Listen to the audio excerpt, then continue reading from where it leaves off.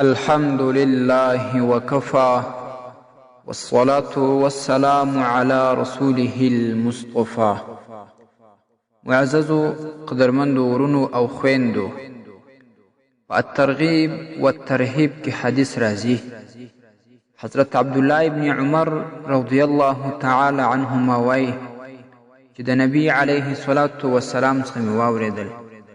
نبی علیه الصلاة والسلام مبارک ویل چې زما په امت کې، زما د امت په اخرنۍ خلکو کې به داسې نارینه وي چې الله تبارک و تعالی به دوی ته عزت ورکړی وي، او دوی به د عزت پر زینانو باندې، د عزت پر چوکیو باندې ناست وي او سپریږي به.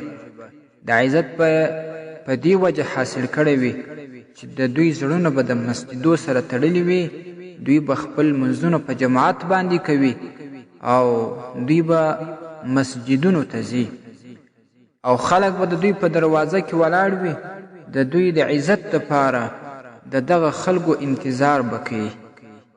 خو لیکن دا د حدیث اولنۍ حصه ده چې الله تبارک و تعالی و دې نارینهو ته د عزت ورکړی وي په دې وجه چې دوی دینداري لري او دوی لمونځونه په جماعت باندې کوي.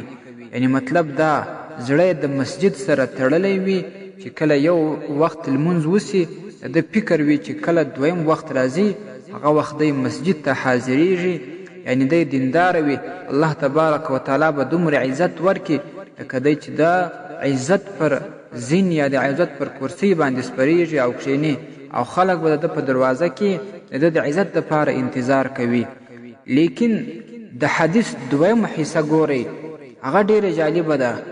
د نن سبا د ښځو متعلق هغه ډیره صادقه د نبی علیه الصلاة والسلام مقوله او فرمان دی. وایي چې د دې خلکو به ښځې وي، د هغوی په تن به لباس وي، لباس جامه دا به اغوستې وي، خو لیکن دوی به لوڅې وي.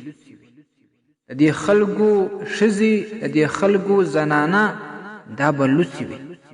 د دې مطلب دا چې ولې به لوڅې؟ شارحین د دې حدیث لیکي چې دومره باریک کالي به یې اغوستی وي، دومره لنډ لباس به یې اغوستی وي، دومره تنګ لباس به یې په تن وي چې د دوی هغه بدن ځینې معلومیږي، د دوی جسد ځینې معلومیږي. یعنی مقصد دا چې هغه د لباس کم مطلب او مقصد دی هغه پوت سوی وي. نو په دې باندې دا تعبیر وسو چې د دوی بیخي دا لباس په تن نه دی، دا ښځې لوڅې دي چې یا دومره نازک کالي اغوستې وي، یا لنډ وي، یا ډېر تنګ وي چې هغه د لباس مقصد نسي پوره، نو دا ښځې لوڅې دي. او د دې ښځو متعلق دویم حکم دا راځي چې دوی د سرونو ویښتیان د بوختي اوښ د بوک په ډول باندې کړي وي. یعنی مطلب دا چې دا ویښتیان یې ټول را جمع کړي وي، را ټول کړي وي، یوه حصه یې ځینې جوړه کړې وي د خپل سر باندې، دا سر باندې یو ځای را ټول کړي وي، غوټه کړي وي، دا لکه د بوختي اوښ د بوک په ډول باندې وي. نو نبی علیه الصلاة والسلام دې ښځو متعلق وایي چې دغه ښځې ملعونې دي، پر دې ښځو باندې لعنت سوی دی، دغه ښځې لعنتیانې دي. خو لیکن د دې ښځو سوال به د دې کور د نارینهو څخه کېږي، ځکه بل حدیث شریف کې راځي رسول اکرم صلی الله علیه وسلم وایي چې کلکم راع وکلکم مسئول عن رعیته. تاسې هر یو راعي یاست، یعنی هر یو شپانه یاست د خپلې رمې، هر یو مشر یاست د خپل کور.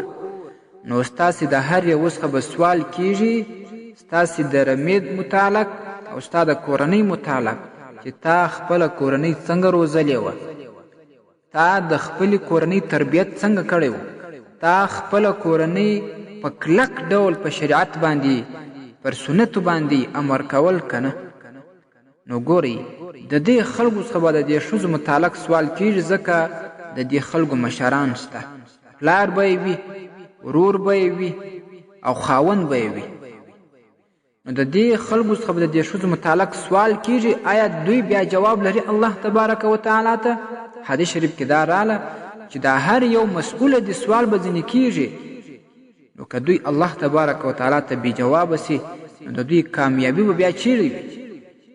نن سبا تاسې خپله هم وینئ چې ډېر عزتمن کور به وي، لیکن د هغه ښځې د کوره راوځي، هغه په تنګ لباس کې راوځي، هغه په باریک په نازک لباس کې راوځي، هغه په لنډ لباس کې راوځي، او هغه داسې پیشن کوي چې عطرونه لګوي، پوډر یا خوشبویي پر ځان باندې لګوي چې د خلکو نظریې راواړي، د خلکو نظر خپل ځان ته راواړي.